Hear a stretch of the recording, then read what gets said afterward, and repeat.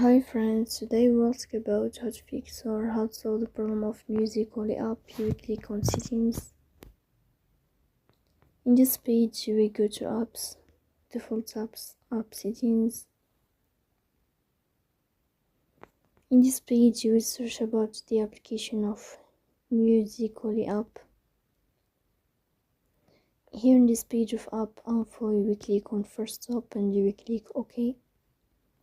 Here you will enter to the window of storage.